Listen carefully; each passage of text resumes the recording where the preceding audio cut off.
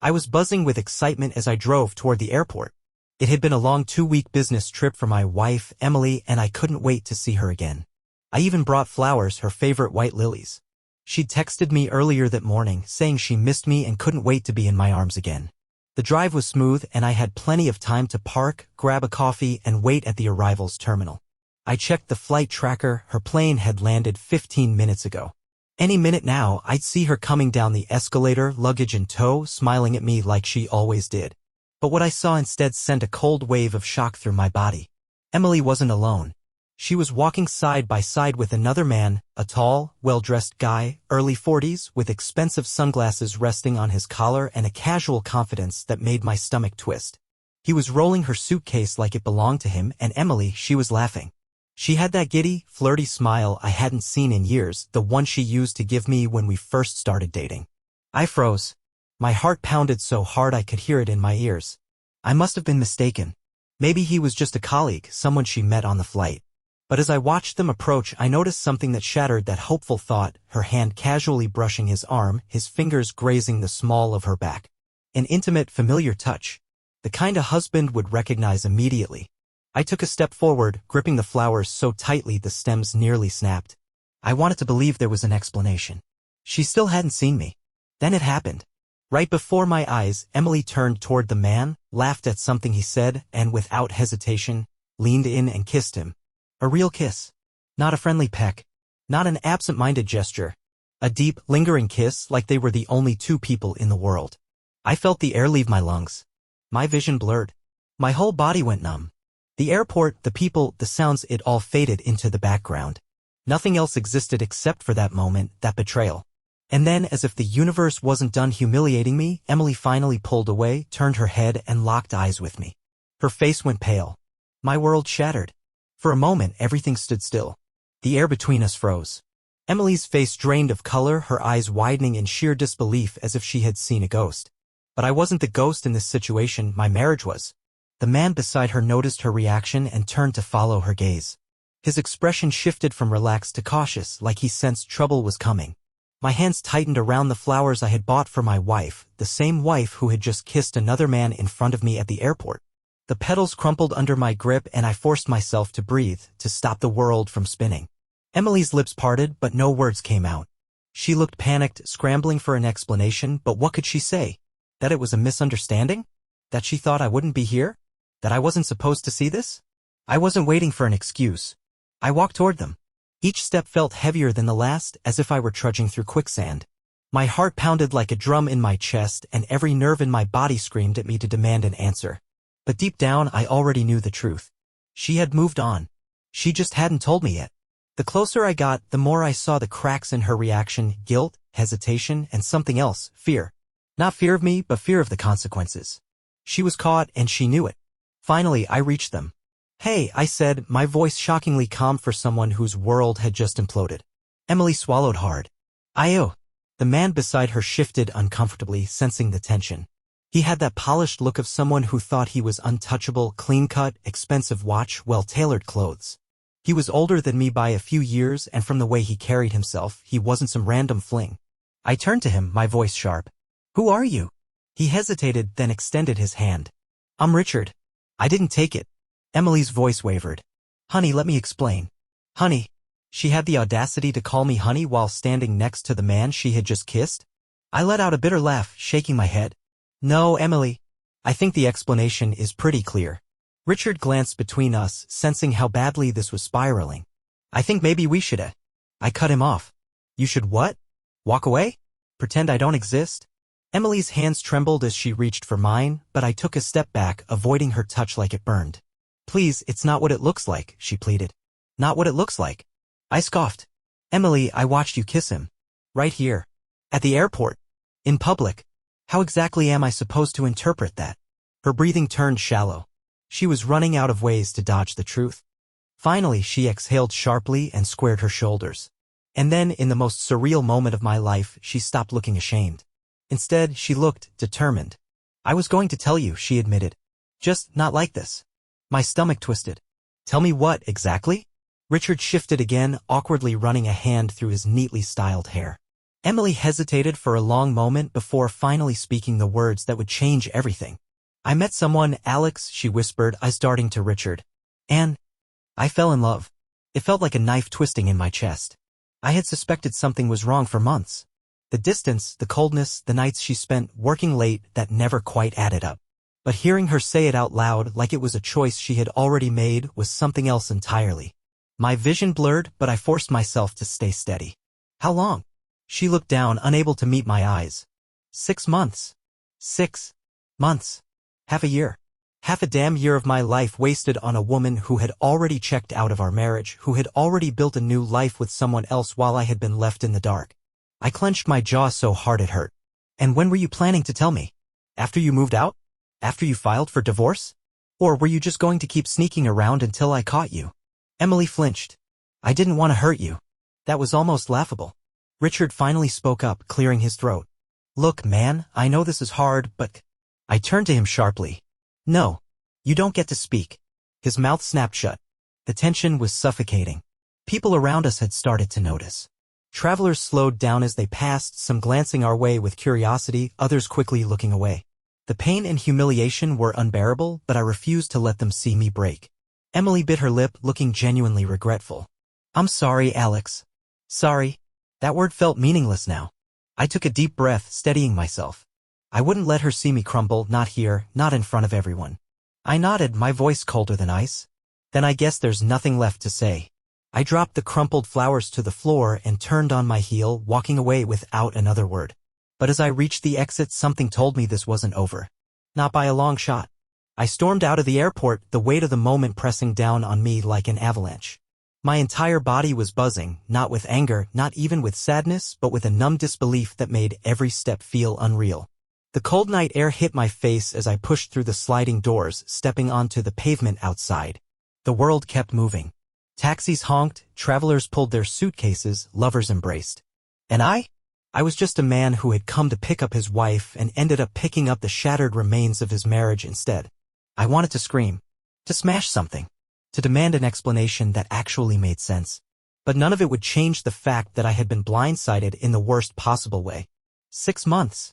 For 6 months, my wife, the woman I had built a life with, had been lying to me, sneaking around with another man while I sat at home like a fool, believing she was just working late. I took a deep breath, trying to steady myself. I had to get out of there. I had to go home, sit in the quiet, and process what had just happened. But as I reached my car, something stopped me. Footsteps. Hurried, unsteady footsteps behind me. Alex, wait. I clenched my jaw. I didn't want to turn around. I didn't want to hear her excuses, her attempts to soften the blow. But something in her voice, desperation, maybe made me stop. Slowly, I turned. Emily was standing a few feet away, arms wrapped around herself as if she were cold, though I knew it was something else. Guilt? Regret? Fear? I didn't speak. I just waited, staring at her, waiting for her to tell me why she had chased after me after destroying everything. She hesitated before speaking, her voice quieter now, almost trembling. I never wanted you to find out like this. A bitter laugh escaped me before I could stop it. Oh, yeah? How exactly were you planning for me to find out, Emily? Were you going to send me a postcard from your honeymoon with Richard? She winced. I didn't plan for this to happen. I scoffed. Right? Because affairs just happen. You accidentally trip and fall into bed with another man for 6 months. She closed her eyes for a second, shaking her head. It's not like that. I took a step closer, my voice colder than I had ever heard it. Then explain it to me, Emily. Help me understand how my wife, the woman I thought I knew, the woman who swore to love me forever, ended up making out with some guy at an airport while I stood there like an idiot holding flowers for her. Her bottom lip trembled. I was going to tell you when I got home. I swear. I couldn't do it over the phone. I thought I owed you that much. That made my stomach twist. She actually thought she was doing me a favor by waiting to break my heart in person? You owed me honesty, Emily, I shot back. Not months of deception. Not fake, I love yous while you were sleeping in another man's bed. You owed me respect at the very least. Tears welled up in her eyes. I still care about you, Alex. I held up a hand, cutting her off. Don't. Just don't. Whatever you were about to say, save it. You lost the right to tell me you care the second you chose him. She sniffed, wiping at her eyes. I never wanted to hurt you. I shook my head in disbelief. Emily, you chose to hurt me. Every single day for the past 6 months, you woke up and chose to lie to me, to betray me. Don't stand here now and act like it was out of your control. She looked down silent. For a moment, I almost felt bad. Almost. Then I remembered the way she had kissed him. The way she had laughed, oblivious to the fact that her husband was standing just a few feet away, witnessing the biggest betrayal of his life. I exhaled slowly, forcing myself to stay calm. What now? I asked. Emily looked up at me, confused. What do you mean? I mean, are you leaving me? Is this your way of telling me that our marriage is over? Because I'd rather hear it now than be strung along for another 6 months while you figure things out. She hesitated, her face a mess of emotions. I knew that hesitation. It wasn't because she didn't know the answer. It was because she wasn't ready for the consequences of her actions. She had planned for this to happen on her timeline, not like this, not with me forcing her to say it out loud. You already made your choice, I said quietly. The least you can do is own up to it. Her shoulders sagged. She looked so small in that moment, so unsure. But I wasn't going to carry that burden for her. Finally, she exhaled and nodded. I love him, Alex. There it was.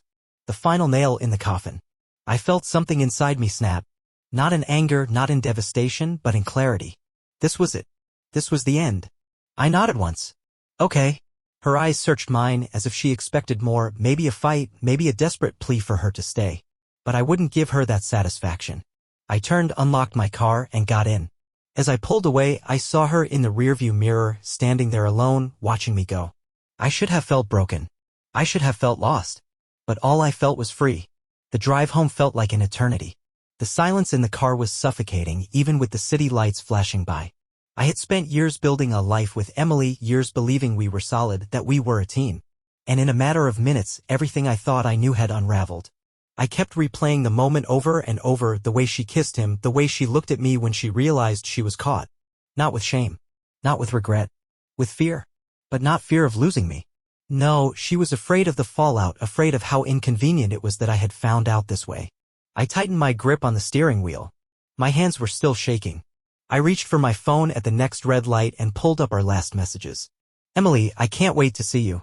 I miss you so much. Emily, only a few more hours, honey. Hope you're bringing me something sweet. The words stared back at me, hollow and meaningless. She had texted me that just hours before she stepped off that plane with him. It was all a lie. I tossed my phone onto the passenger seat, disgusted with myself for ever believing her.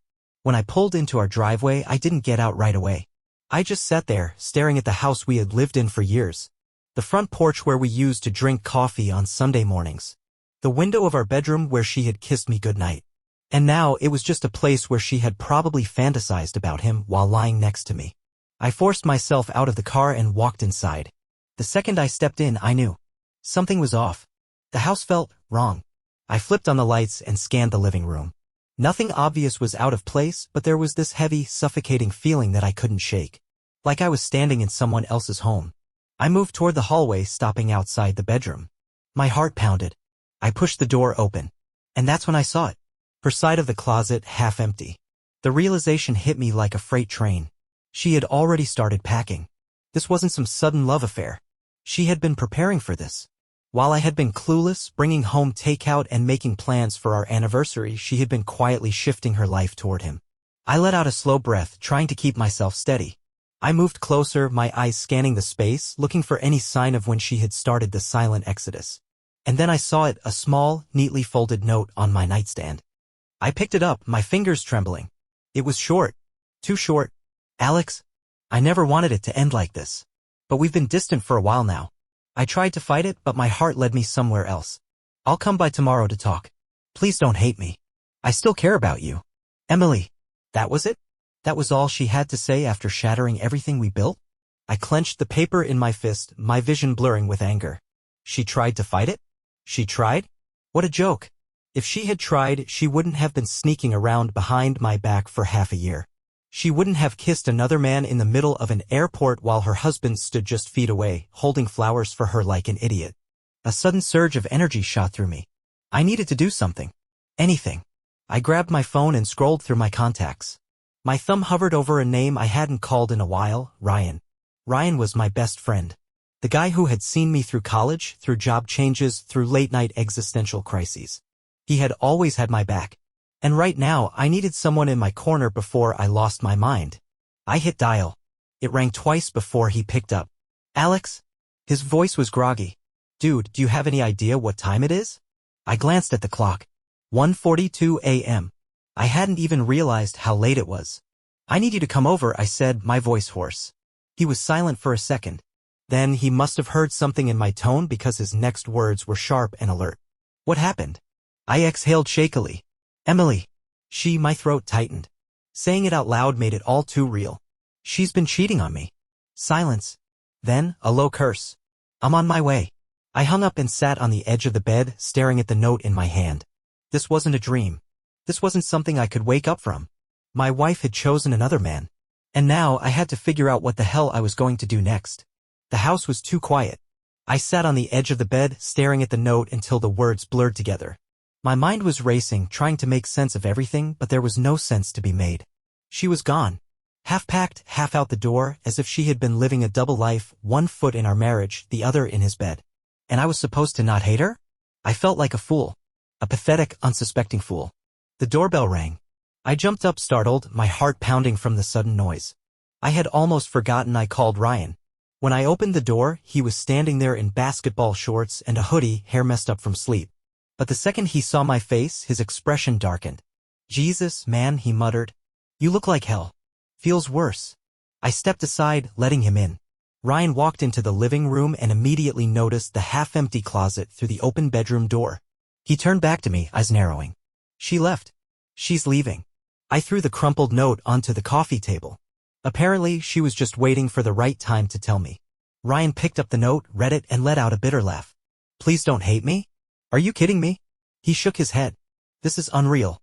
I dropped onto the couch, running both hands through my hair. I went to the airport to pick her up, man. With flowers. And I watched her walk off the plane with him. She kissed him right there. Like I didn't even exist. Ryan sat down across from me, his face tight with anger. She kissed him. I nodded. Right in front of me. She panicked when she saw me, but it was too late. I confronted her. She admitted it. 6 months, Ryan. 6 months. Ryan exhaled sharply, shaking his head. Dude, I don't even know what to say. Neither did she, I muttered. Except, of course, that she didn't mean to hurt me. Ryan clenched his jaw. So what now? Are you kicking her out? I let out a bitter chuckle. Kinda hard to kick someone out when they're already halfway out the door. She's coming back tomorrow to talk. I made air quotes with my fingers. Ryan scoffed. What is there to talk about? She made her choice. You don't owe her a damn conversation. I leaned forward, elbows on my knees. I don't get it. We weren't perfect, sure, but I thought we were solid. I thought we had something real. Ryan shook his head. She threw that away the second she let another guy into her life. Don't waste your time trying to figure out why. She wanted this. Those words hit harder than I expected. She wanted this. I sat back, staring at the ceiling. I keep thinking about the last 6 months. Every late night, every work trip, how many times was I sitting here, trusting her, while she was with him? Ryan's expression hardened. Who is this guy, anyway? I let out a humorless laugh. Some older guy named Richard. He was at the airport with her. Looked like he just walked out of a men's cologne ad. Ryan frowned. Richard. That name sounds familiar. He grabbed his phone and started typing. Did she ever mention him before? I thought back, but nothing stood out. Not that I remember. But then again, I clearly don't know anything about my own wife. Ryan's face suddenly darkened as he stared at his phone screen. No way. I sat up. What? He turned the phone toward me. There, on the screen, was a news article with a photo of a man in a suit, him. The headline read, Richard Calloway. Real estate mogul's affair exposed in public scandal. I blinked. What the hell? Ryan scrolled down. Dude, this guy is loaded. He's been caught up in all kinds of scandals, divorces, lawsuits, cheating rumors. This guy is a serial homewrecker. A sick feeling twisted in my gut. So she's just what? Another one of his conquests. Ryan shook his head. I don't know, man. But I do know this. She didn't just fall into this. She knew exactly what she was getting into. I clenched my fists. She gave up everything for that guy? Ryan sighed. Look, you need to think about yourself now. Screw her. What do you want to do? I rubbed my temples. I don't know. She's coming back tomorrow. Part of me wants to tell her to get lost. But part of me. Ryan nodded, understanding. You want closure. I exhaled. Yeah. Then get it, he said. But don't let her walk all over you. Make her answer for this. I looked around the house. The place that had once been my safe haven, now just a reminder of the life I had lost. Tomorrow I would face her one last time. But this time I wouldn't be the fool. I barely slept that night. I lay in bed, staring at the ceiling, replaying every moment of my marriage like a broken film reel. The vacations, the anniversaries, the inside jokes, were any of them even real? Or had she been faking it for months, maybe even longer? Every time I closed my eyes, I saw that kiss, that effortless, casual betrayal. At some point, exhaustion won, and I drifted off, only to be jolted awake by my alarm. Today was the day. Today, my wife, soon-to-be ex-wife, was coming back to talk. I took my time getting ready, made coffee, took a long shower, wore a shirt I knew she used to love on me, just to remind her of what she had thrown away. I wasn't going to let her see me broken. By noon, I was sitting in the living room, waiting. And then, the sound of a car pulling up outside. I didn't move, didn't flinch. A few minutes later, the front door opened, and there she was. Emily stood in the doorway, her hair slightly messy, her expression uncertain. She was carrying a small bag, probably expecting to gather a few things. I didn't greet her. I just stared. For the first time since this nightmare began, I wasn't seeing my wife. I was seeing a stranger. She took a slow breath. Hey! I leaned back on the couch, arms crossed. Talk. She hesitated, setting her bag down by the door. Alex, She stopped, biting her lip. I don't even know where to start. I tilted my head. How about the part where you've been lying to me for 6 months? She flinched. I never wanted it to be like this. I let out a sharp laugh. Yeah, you mentioned that already. The problem is, Emily, it is like this. Because of you. She looked down, wringing her hands together. I wasn't happy, Alex. I felt my jaw tighten. And instead of talking to me about it, you found another man? Her shoulders sagged. I didn't plan for this to happen. There it is again, I said dryly. The famous "it just happened" excuse. I leaned forward, locking eyes with her. Do you even realize how pathetic that sounds? She swallowed hard. It wasn't just about him, it was about us. I felt like we were drifting apart, like we weren't the same anymore. I clenched my fists. And you think that justifies what you did? No, she said quickly. No, I know I handled this the wrong way. I should have told you earlier. Then why didn't you? She hesitated. I scoffed. That's what I thought. She sighed, running a hand through her hair. I was scared, Alex. Scared of hurting you. Scared of admitting to myself that I wanted something different. I stared at her for a long moment. Then finally I spoke. Were you ever going to tell me? Or were you just waiting until he told you to leave me? Her breath hitched. That told me everything I needed to know. I nodded slowly. Right, that's what I thought. She wiped at her eyes. I still care about you, Alex. I laughed bitterly. You cared about me? While you were in his bed. While you were kissing him at the airport. She looked away. I shook my head. You don't get to say you care. You don't get to act like you give a damn about me now that you've been caught. Her voice wavered. I didn't mean for you to find out like that. I exhaled sharply. Oh, I'm so sorry my discovery of your betrayal wasn't convenient for you. Her shoulders trembled, but I didn't care. I was done being the fool. You made your choice, Emily, I said, standing up. And now you have to live with it. She looked up at me, eyes wide. What do you mean? I walked over to the table and picked up a folder I had prepared the night before. I handed it to her.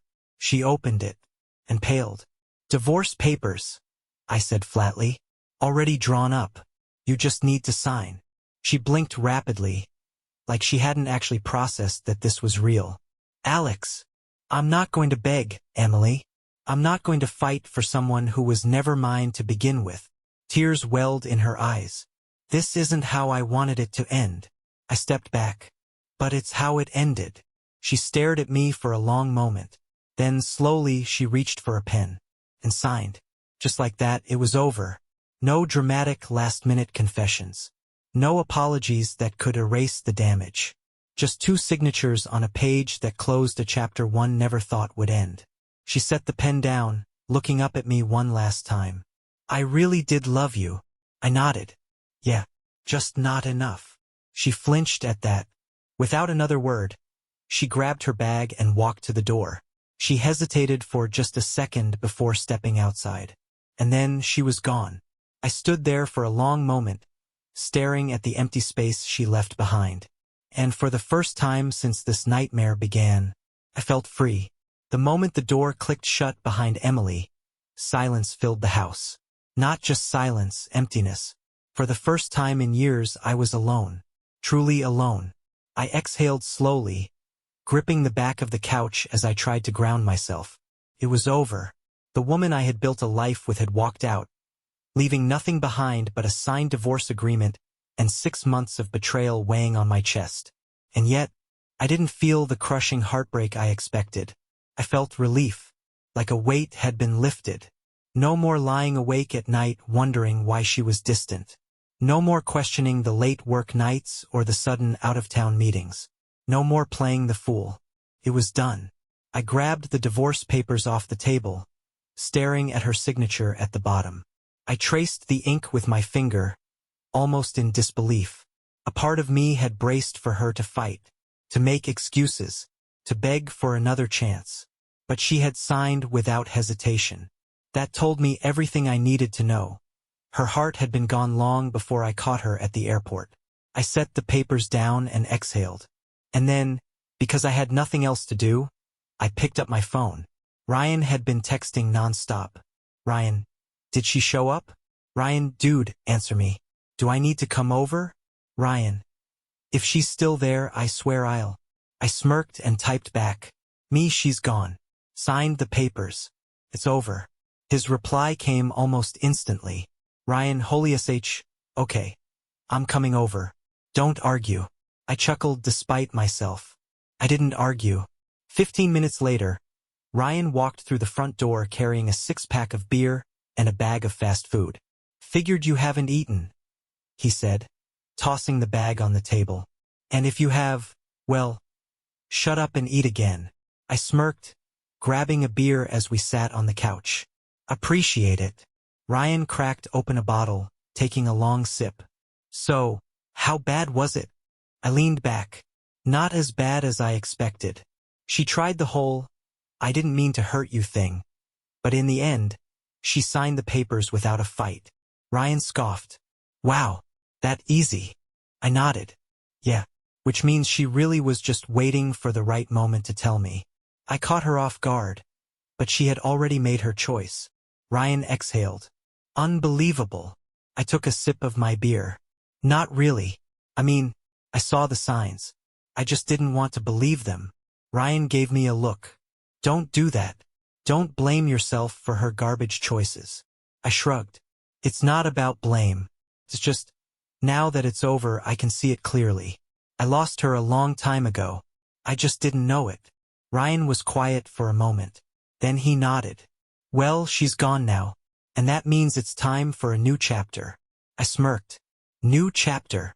He grinned. Oh hell yeah. We're gonna go out. Hit some bars. Maybe even go on a guy's trip. You've been married too long, man. You forgot what it's like to be free.